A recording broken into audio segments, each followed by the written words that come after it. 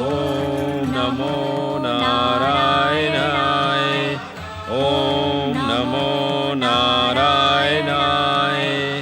ओम नमो नारायणाय।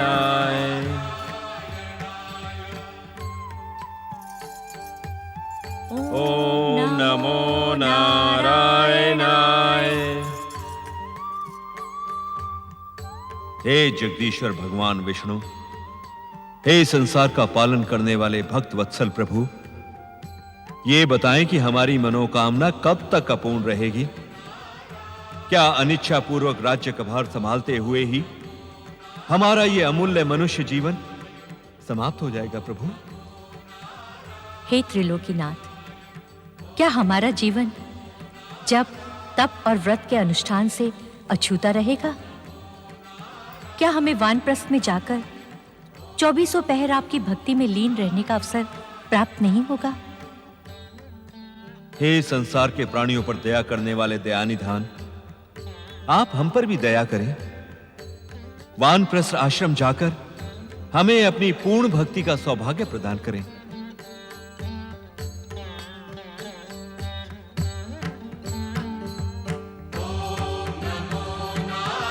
संसार के प्राणियों पर दया करने वाले दयानिधान, आप हम पर भी दया करें। वानप्रस्थ आश्रम जाकर हमें अपनी पूर्ण भक्ति का सौभाग्य प्रदान करें।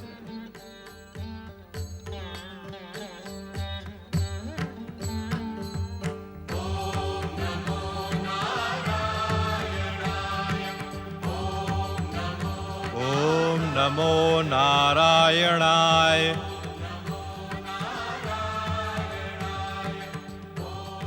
प्रणाम पिताश्री। प्रणाम माताश्री। आपने मेरा स्मरण किया था? हां पुत्र। कहें, क्या आज्ञा है? पुत्र उतानपाद, क्या तुम भी अपने ज्येष्ठ भ्राता प्रियव्रत का अनुसरण करने के इच्छुक हो? अपने अग्रजों के पद चिन्हों पर चलने की शिक्षा और संस्कार तो मुझे आपसे ही प्राप्त हुए हैं। और पिता की आज्ञा ना मानने का संस्कार तुम दोनों ने कहां से प्राप्त किया? ऐसा न कहें पिताश्री, हम दोनों भाई स्वप्न में भी आपकी आज्ञा न मानने का दुस्साहस नहीं कर सकते। यदि ये सत्य है तो तुम राजकाज में रुचि क्यों नहीं लेते?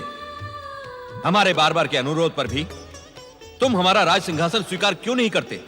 पिताश्री, मैं आपके राज सिंहासन स्वीकार करने के विषय में सोच भी कैसे सकता हूं?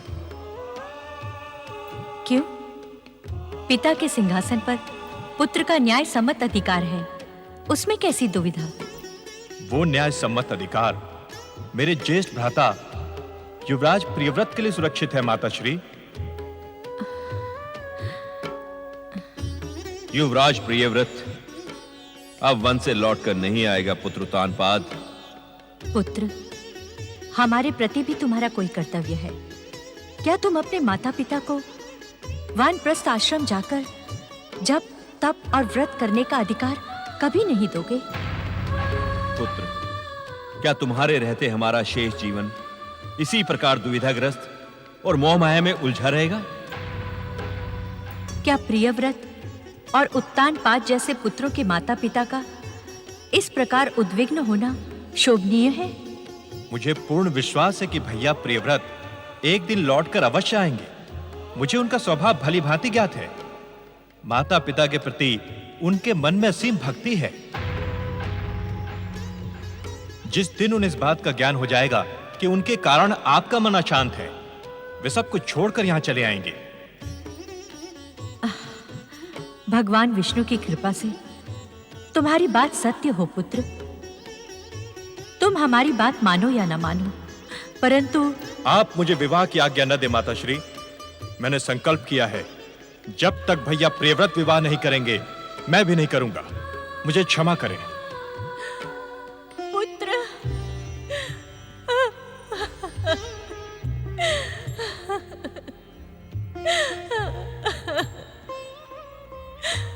अश्रु ना बहो महारानी, अश्रु ना बहो।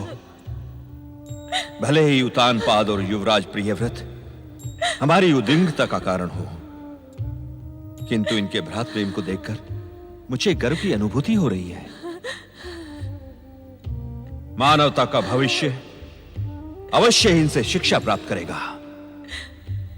ब्रह्म वाक्य पर विश्वास रखो महारानी, ब्रह्म वाक्य पर विश्वास रखो। नारायण नारायण। प्रणाम परमपिता, प्रणाम माता।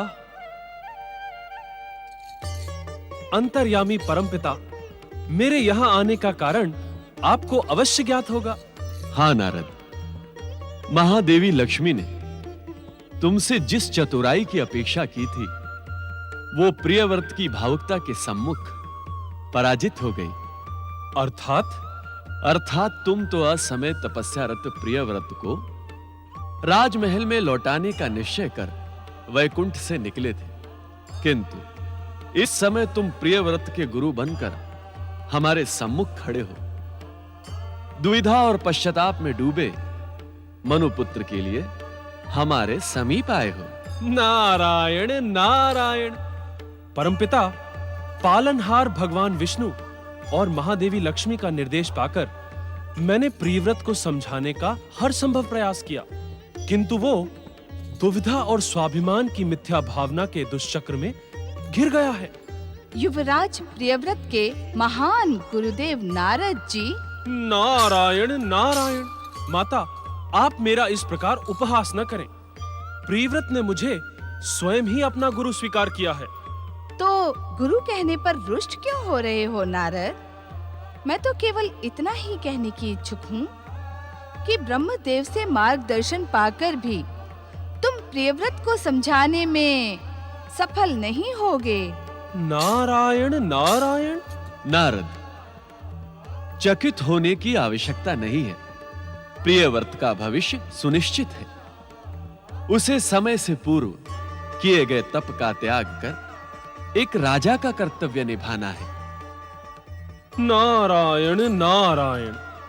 परमपिता, जब प्रियव्रत किसी का परामर्श मानेगा ही नहीं, तो आपका कथन सत्य कैसे होगा?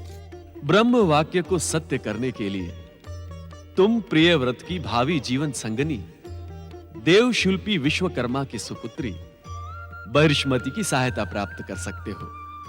नारायण नारायण। नारद, तुम्हारी प्रसन्नता बता रही है कि प्रियव्रत को लौटाने के लिए तुम्हारी चतुराई को इतना सूत्र पर्याप्त है। इस सूत्र के साथ सदा की भांति मुझे आप त्रिदेवियों एवं त्रिदेवों की कृपा की भी आवश्यकता होगी। नारायण नारायण। स्वामी, अपने पृथ्वी संरचना कार्य की पूर्णता के लिए आपको स्वयं जाकर प्रियव्रत को प्रेरित करना होगा। निश्चिंत रहो देवी सरस्वती, उचित अवसर पर हम ये कार्य अवश्य करेंगे, जिससे देवशिल्पी विश्वकर्मा की उद्विग्नता का शमन हो। नारायण नारायण।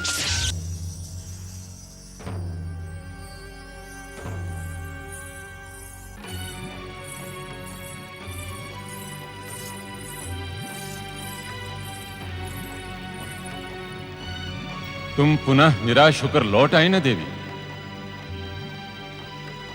उत्तर दो देवी विषुमती, उत्तर दो। हम अपनी प्रिय पुत्री बहिष्मति की कुशलता जानने को उद्विग्न हैं। क्या उत्तर दूं स्वामी? हमारी अबोध पुत्री ने वन में रहकर तपस्या का हठ ठान लिया है। अर्थात? बहिष्मति का कहना है, जब तक मनुपुत्र युवराज प्रियव्रत उसे पति के रूप में प्राप्त नहीं हो जाते, तब तक वो वन में रहकर निरंतर तपस्या करेगी। तपस्या की महान शक्ति से तुम अपरिचित नहीं हो देवी विषुमती। ऐसा प्रतीत होता है कि हमारी पुत्री परमपिता ब्रह्मा जी के वचन को पूर्ण करके ही लौटेगी। नारायण नारायण। सत्य वचन देव शिल्पी विश्वकर्मा देव, सत्य वचन। प्रणाम देवर्षि नारद। आप यहां और इस समय? विश्वकर्मा देव, मेरा यहां प्रकट होना आवश्यक था। इस समय संपूर्ण संसार की दृष्टि आपकी पुत्री बहिष्मति और मनु महाराज के पुत्र युवराज प्रियव्रत के भविष्य पर लगी है। हम स्वयं इन दोनों के भविष्य को लेकर उद्विग्न हैं देवर्षि। नारायण नारायण। देव शिल्पी विश्वकर्मा देव, यदि आपकी पुत्री ने पूर्ण समर्पण के साथ तपस्या का प्रारंभ कर दिया है तो उसकी मनोकामना पूर्ण होकर ही रहेगी। आपकी बात सत्य हो देवर्षि। देवऋषि नारद की उपस्थिति सदा मंगल का प्रतीक मानी जाती है। ऐसा प्रतीत होता है कि जगदीश्वर भगवान विष्णु की कृपा से अब हमारा संकट समाप्त होने वाला है। नारायण नारायण। विश्वकर्मा देव, मेरी उपस्थिति से अधिक प्रभावी परम पिता ब्रह्मा जी का वचन है। बर्हिष्मति और प्रियव्रत का विवाह अटल है। मेरी पुत्री तप सहित ब्रह्मा जी की ही आराधना कर रही है देवर्षि। मैं कुमारी बर्हिष्मति से मिलने का इच्छुक हूँ। आप बताएं, वे इस समय किस स्थान पर हैं? देवर्षि, आपके मंगलकारी दर्शन पाकर हमारी पुत्री का निश्चित ही कल्याण होगा। वो इस समय पृथ्वी लोक स्थित हिमालय पर्वत के वन में तपस्या में लीन है। नारायण नारायण। ओम ब्रह्मदेवाय नमः। ओम नारायण नारायण। नमः।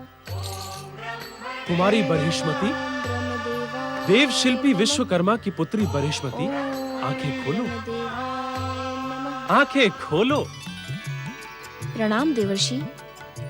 मुझे ज्ञात था कि मेरी करुण प्रार्थना ब्रह्मदेव अवश्य सुनेंगे।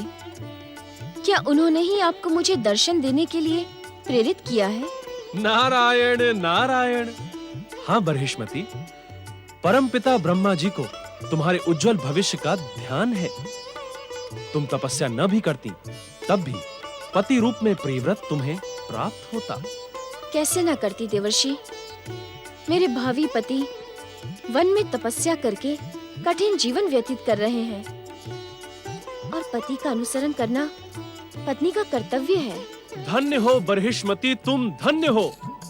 कठिन समय में तुमने जिस धर्म का परिचय दिया है वो संसार के सम्मुख आदर्श प्रस्तुत करेगा। नारायण नारायण। किंतु क्या देवर्षि? परमपिता ब्रह्मा जी की इच्छा है कि इस समय तुम तपस्या का त्याग करो। अर्थात? तुम युवराज प्रियव्रत के समीप जाओ, उसे कर्तव्य पालन और सांसारिक जीवन में लौटने के लिए प्रेरित करो। नारायण नारायण। तुम्हारी प्रेरणा को युवराज प्रियव्रत ठुकरा नहीं पाएगा। क्या मेरी प्रेरणा से ऐसा संभव है देवर्षि? हाँ पुत्री, स्वयं परमपिता ब्रह्मा जी ने तुम्हारी प्रत्यक्ष परोक्ष सहायता करने का वचन दिया है। देवर्षि, इस समय तुम अपनी तपस्या त्याग कर अपने पितृगृह जाओ। चिंतित माता पिता को सांत्वना देकर प्रियव्रत के समीप जाओ। जो आज्ञा देवर्षि। नारायण नारायण।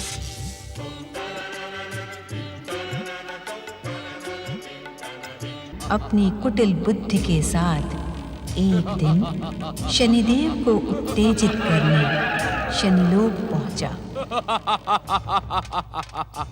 कहे शनिदेव, उस दिन दैत्य गुरु शुक्राचार्य के आश्रम में आपने अपनी शक्ति, दृष्टि, कुदृष्टि, राग, द्वेष, छल, प्रपंच, पाप, पुण्य की बढ़ चढ़कर व्याख्या की, किंतु उसका लाभ क्या हुआ शनिदेव?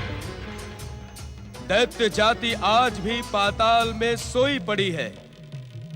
दुष्ट देवता विष्णु की कृपा प्राप्त कर ऐश्वर्य और सुखों का भोग कर रहे हैं। राहुल, तुम भूल रहे हो कि तुम इस समय शनिदेव के सम्मुख हो। क्या तुम मेरे शक्तियों से अपरिचित हो? क्या तुम भूल गए कि मेरे ये दो अनुचर भैया और साढ़े साथी मेरे संकेत मात्र पर किसी प्राणी को तो क्या, जगदीश्वर विष्णु के सम्मुख खलबली मचाकर उसके मार्ग में कठिनाइयां खड़ी कर सकते हैं। क्या तुम भूल गए कि मेरे ये दो अनुचर भैया और साढ़े साथी मेरे संकेत मात्र पर किसी प्राणी को तो क्या जगदीश्वर विष्णु के सम्मुख खलबली मचाकर उसके मार्ग में कठिनाइयां खड़ी कर सकते हैं। क्या तुम्हें इस बात का स्मरण नहीं कि अमृतपान के पश्चात विष्णु ने तुम्हारा मस्तक काट दिया था? उस समय तुम्हारे ऊपर शनि की 7.5 की महादशा चल रही थी। मैं आपकी परम शक्तियों से अपरिचित नहीं हूँ शनिदेव। तब तुमने मुझे उत्तेजित करने का दुस्साहस कैसे किया राहु? मेरा उद्देश्य आपको उत्तेजित करने का नहीं था शनिदेव। तो क्या उद्देश्य था तुम्हारा?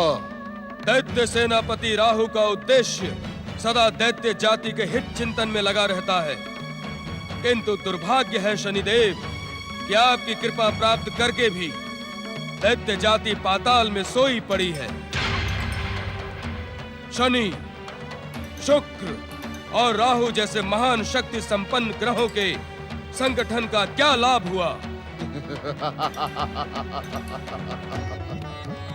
तुम क्या सोचते हो राहु कि शनिदेव पाताल में पड़ी दैत्य जाति को जागृत करने जाएंगे? अरे मूढ़! शनिदेव तो कार्य करने वालों पर कृपा करते हैं। शनिदेव, तो क्या दैत्य जाति आपकी कृपा प्राप्त करके भी दुष्ट देवताओं की दुष्टता के कारण पाताल में रहने को विवश रहेंगे? इसका उत्तर तुम मुझसे नहीं, दैत्य गुरु शुक्राचार्य से जाकर पूछो कि कहीं शुक्राचार्य दैत्यों के सौभाग्य विधि और विश्व विजय के स्थान पर दुर्भाग्य और पराजय का कारण न बन जाएं। अर्थात से तुम अपरिचित नहीं हो दैत्य सेनापति। दैत्य को जागृत कर उन्हें युद्ध के लिए उत्तेजित करना दैत्य गुरु शुक्राचार्य का निर्धारित कर्तव्य है। उचित तो यह था कि तुम शनि लोक में आने के स्थान पर दैत्य गुरु शुक्राचार्य को उनके कर्तव्य का स्मरण करवाते। आप निश्चिंत रहें शनिदेव, मैं दैत्य गुरु शुक्राचार्य को प्रेरित कर शीघ्र ही दैत्य जाति को जागृत करवाऊंगा, किंतु आपकी कृपा। मेरी कृपा के लिए तुम निश्चिंत रहो राहु। जिस समय दैत्य अपने शत्रुओं के विरुद्ध युद्ध उत्तेजित हो जाएंगे, उस समय मैं शनि लोक से अपनी कुदृष्टि का प्रयोग करके दैत्य शत्रु का सर्वनाश कर दूंगा।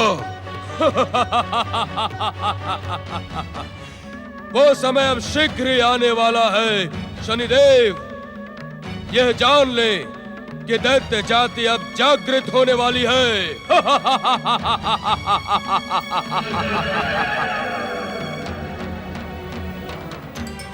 भैया। जी महाराज। 7.5 जी महाराज। यदि दैत्य गुरु शुक्राचार्य सोई पड़ी दैत्य जाति को जागृत करने में सफल होते हैं, तो तुम दोनों दैत्य शत्रु देवताओं के विरुद्ध अपनी कुदृष्टि का प्रयोग करो। जो आज्ञा महाराज। जाओ और ऐसे कार्य करते रहो कि शनिदेव का नाम सुनते ही सारा ब्रह्मांड थर थर थर थर्राता रहे। मैं शनिदेव हूँ, शनिदेव।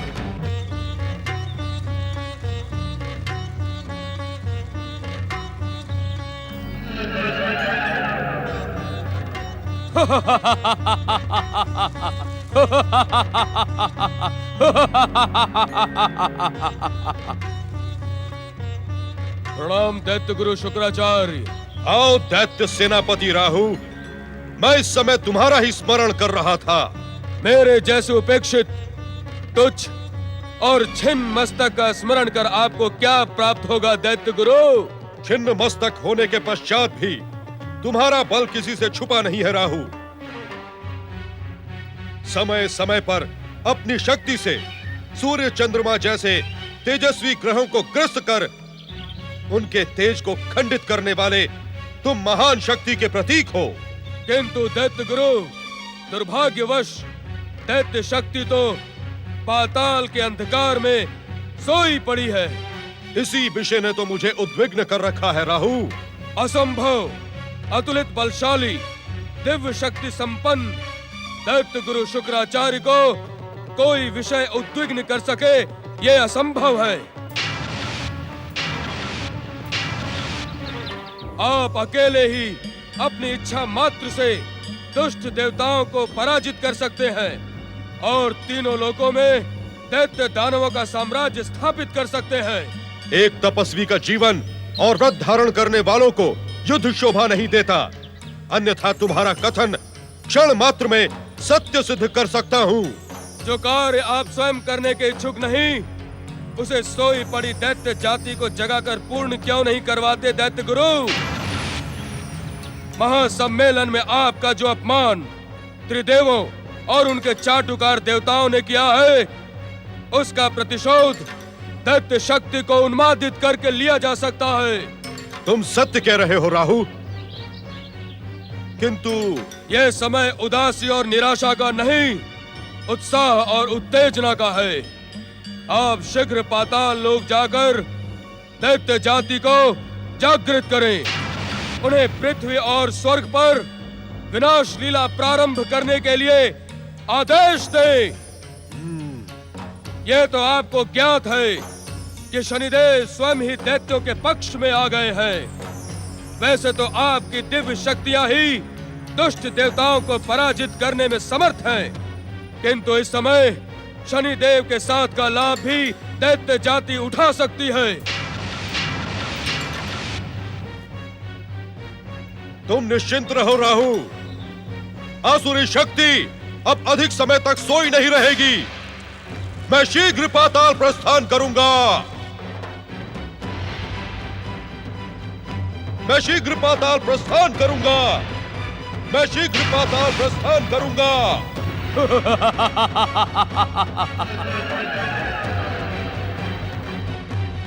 पाताल प्रस्थान करूंगा।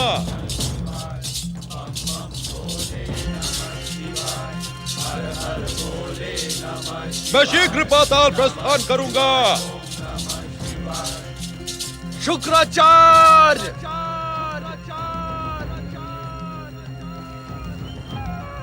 शीघ्र कैलाश पर उपस्थित हो।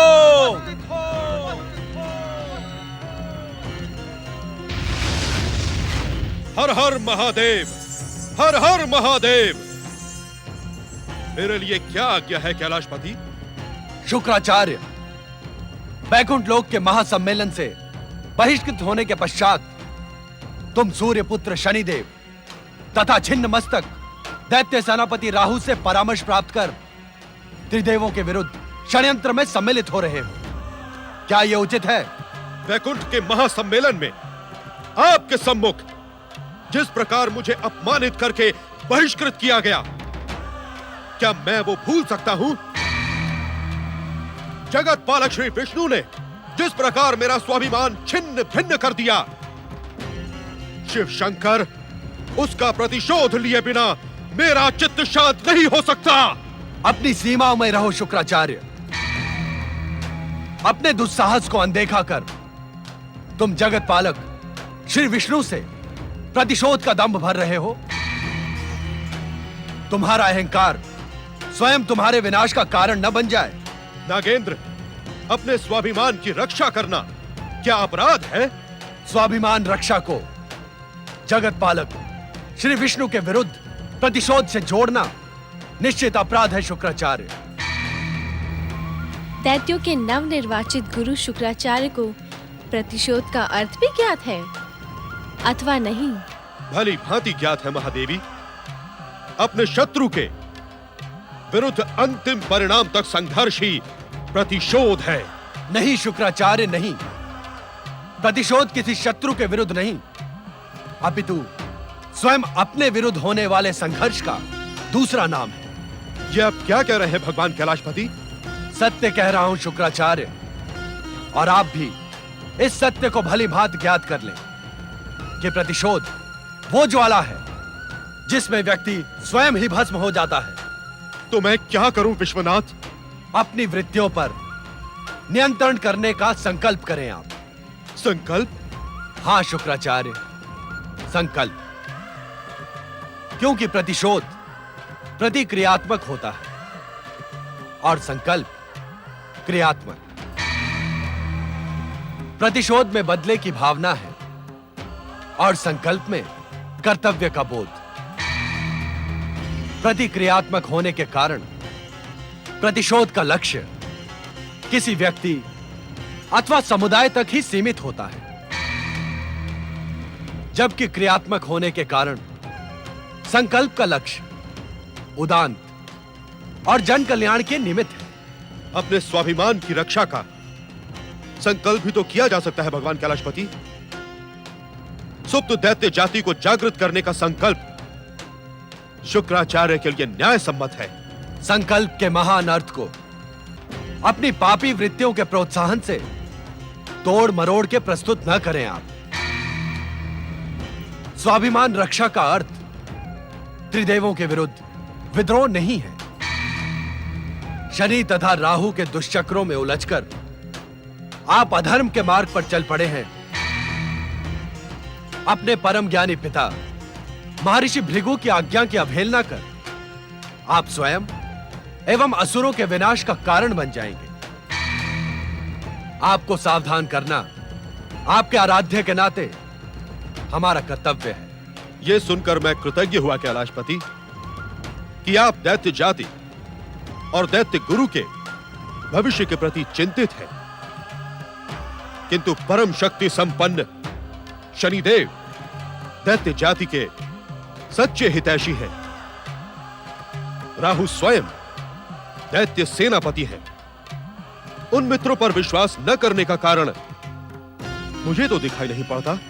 जिन्हें आप हितैषी एवं परम मित्र बता रहे हैं, उनकी गुप्त योजनाएं और षड्यंत्र हमसे अज्ञात नहीं है शुक्राचार्य। आपने स्वयं उन्हें पाताल लोक जाकर सोई असुर जाति को जगाने का आश्वासन दे दिया है। हां, यह सत्य है भगवान कैलाशपति। सावधान शुक्राचार्य, यदि तुमने शनि और राहु की मंत्रणा पर पाताल लोक जाकर सोई हुई असुर जाति को विद्रोही बनाने का दुस्साहस किया, तो उसका परिणाम न ही तुम्हारे हित में होगा और न ही असुर जाति के कल्याण में। मैं आपके परामर्श को सदैव ध्यान में रखूंगा देवाधिदेव।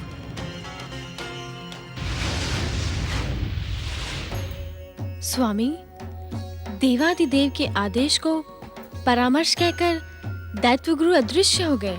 मुझे तो ऐसा प्रतीत होता है कि तुम्हारा अनुमान सत्य है पार्वती। हमें ज्ञात है कि शनिदेव के प्रोत्साहन तथा राहु के कुटिल बुद्धि के दुष्चक्रों में उलझे शुक्राचार्य हमारे आदेश को स्वीकार करने वाले नहीं हैं। इसका परिणाम क्या होगा स्वामी? असत्य की पराजय और सत्य की विजय तो सृष्टि के प्रथम दिन से नियंता की नियति है। शुक्राचार्य असत्य के पथ पर चल पड़े हैं, जिसका परिणाम शीघ्र तुम्हारे सामने होगा।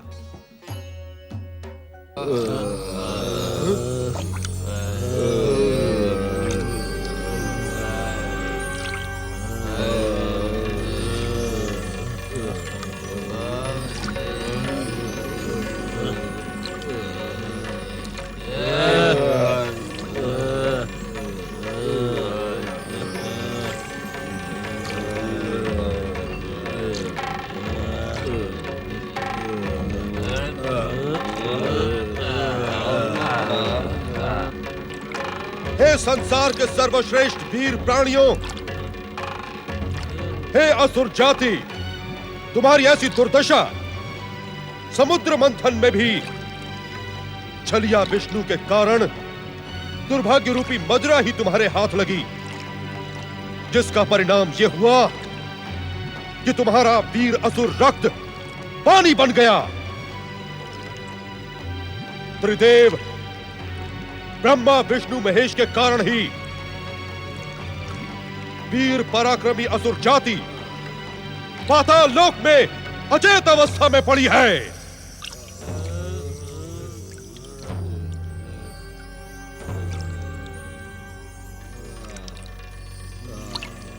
जागो असुर योद्धाओं, जागो असुर योद्धाओं, जागो।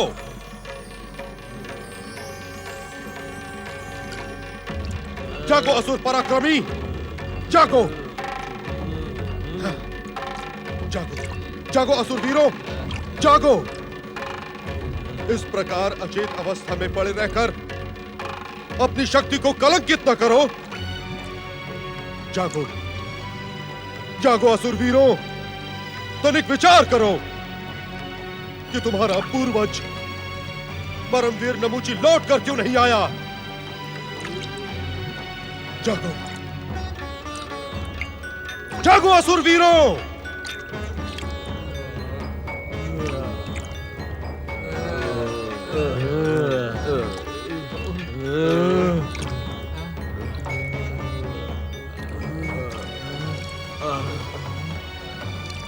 ज्ञात है क्यों? क्योंकि महान असुर राज नमूची ने पृथ्वी पर अपनी शक्ति का विस्फोट कर असुर जाति की विजय की ध्वजा लहरा दी। परंतु असुर शत्रु छलिया विष्णु ने महान पूर्वज नमूची का संहार कर दिया। और तुम नमूची की हत्या का प्रतिशोध न लेकर पाताल लोक के अंधकार में छुपे पड़े हो। नहीं दैत्य गुरु, नहीं। असुर शक्ति अब जाग उठी है। आप आदेश दें, हमें क्या करना है? जागना ही पर्याप्त नहीं है असुरों। तुम अपनी भयानक और विस्फोटक शक्ति को केंद्रित करो और अपने भीतर प्रतिशोध की ज्वालाएं जगाओ। संसार में प्रलय मचाने योग्य बल संगठित कर सको, जिससे छलिया विष्णु के छल, जप, तप और व्रत की महिमा को नष्ट कर सको, साधना और प्रार्थना का नाश कर सको। ज्ञात हो असुर वीरों, ऐसा कब होगा? कब दैत्य गुरु? जब तुम स्वर्ण की भांति अपने शरीर को अग्नि की धधकती हुई भट्टी में तपाओगे, तब तुम्हारे शरीर के बलाबल में कुंदन की भांति निखार आएगा। तब तुम अपनी शक्ति से संसार को भस्म करने में सक्षम होंगे। ऐसा ही होगा दैत्य गुरु। हम अपनी संगठित भयानक विस्फोटक शक्तियों से छलिया विष्णु के संसार को नष्ट ध्वस्त कर देंगे। उचित अवसर आने पर हम तुम्हें आक्रमण का आदेश देंगे। जो आज्ञा दैत्य गुरु। दैत्य गुरु शुक्राचार्य की जय। महान असुर शक्ति की जय।